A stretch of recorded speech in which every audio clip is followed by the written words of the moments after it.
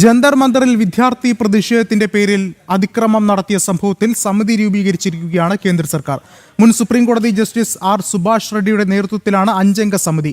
മുൻ ചീഫ് ജസ്റ്റിസുമാരും മുൻ CBI ഡയറക്ടറും ഉൾപ്പെടുന്നതാണ് ഈ ഒരു സമിതി. കൂടുതൽ വിവരങ്ങളുമായി എസ് നന്ദഗോപൻ ചേർന്നുണ്ട്. നന്ദൻ, എന്തായാലും ഇതിനോടകം തന്നെ ഈ ഒരു അക്രമ സംഭവത്തിന് പിന്നിൽ ആരൊക്കെ എന്നുള്ള ആളുകളെയൊക്കെ തന്നെയും തിരിച്ചറിഞ്ഞിട്ടുണ്ട്. എന്നിരുന്നാൽ കൂടിയും കടുത്ത നടപടികളുടെ ഭാഗമായാണ് ഇപ്പോൾ സമിതിയെ കൂടി കേന്ദ്ര സർക്കാർ നിയോഗിച്ചിട്ടുള്ളത്. എങ്ങനെയാകും ഇനി മുന്നോട്ടുള്ള നടപടികൾ?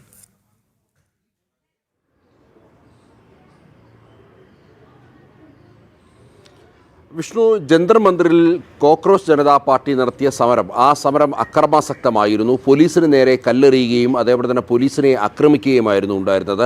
ഈ പോലീസ് തിരിച്ച് നടത്തിയ ലാത്തിച്ചാർജിലും മറ്റും വിദ്യാർത്ഥികൾക്കും പരിക്കേറ്റിരുന്നു.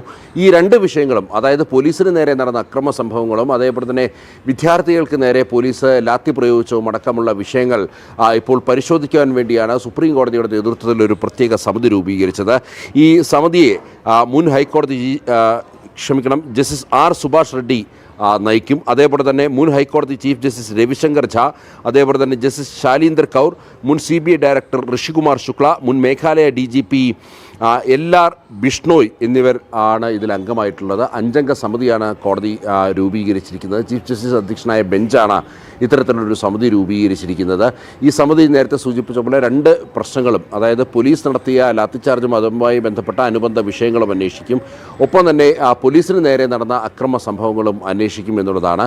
ഇതിനു പുറമെ ഈ ചില പെൺകുട്ടികൾക്ക് നേരെ നടന്ന ചില ലൈംഗിക അതിക്രമ ശ്രമങ്ങളും അതേപോലെ തന്നെ സമൂഹ മാധ്യമങ്ങളിലൂടെയും മറ്റും നടന്ന അധിക്ഷേപ പരാമർശങ്ങളും ഒക്കെ തന്നെ ഈ സമിതി പരിശോധിക്കുമെന്നുള്ളതാണ്. സമിതി ഉടൻ തന്നെ റിപ്പോർട്ട് സമർപ്പിക്കുമെന്നുള്ളതാണ് വ്യക്തമാക്കുന്നത്. ഇതിൻ്റെ ഭാഗമായിട്ട്, ഈ അന്വേഷണത്തിൻ്റെ ഭാഗമായിട്ട് CCTV ദൃശ്യങ്ങളും അതേപോലെ തന്നെ പോലീസ് കൺട്രോൾ റൂമിലേക്ക് വന്ന കോളുകളും മറ്റും പരിശോധിക്കുമെന്നുള്ളതാണ് ഇപ്പോൾ വ്യക്തമായിരിക്കുന്നത്. ഏതായാലും കൃത്യമായ നടപടികളിലേക്കാണ് ഇപ്പോൾ സുപ്രീം കോടതി കടന്നിരിക്കുന്നത്. സുപ്രീം കോടതിയുടെ ഭാഗത്തുനിന്നും ഇതുമായി ബന്ധപ്പെട്ടുള്ള ഒരു ഹർജിയിലാണ് കോടതി ഇത്തരമൊരു തീരുമാനമെടുത്തത്. കഴിഞ്ഞ ദിവസം കോടതി ചേർന്നപ്പോൾ ഇത്തരമൊരു സമിതി രൂപീകരിക്കുമെന്ന് പ്രഖ്യാപിച്ചിരുന്നു. ഇന്നിപ്പോൾ ഈ സമിതിയെ കൂടി ഇപ്പോൾ കോടതി പ്രഖ്യാപിച്ചിരിക്കുകയാണ്. വിഷ്ണു.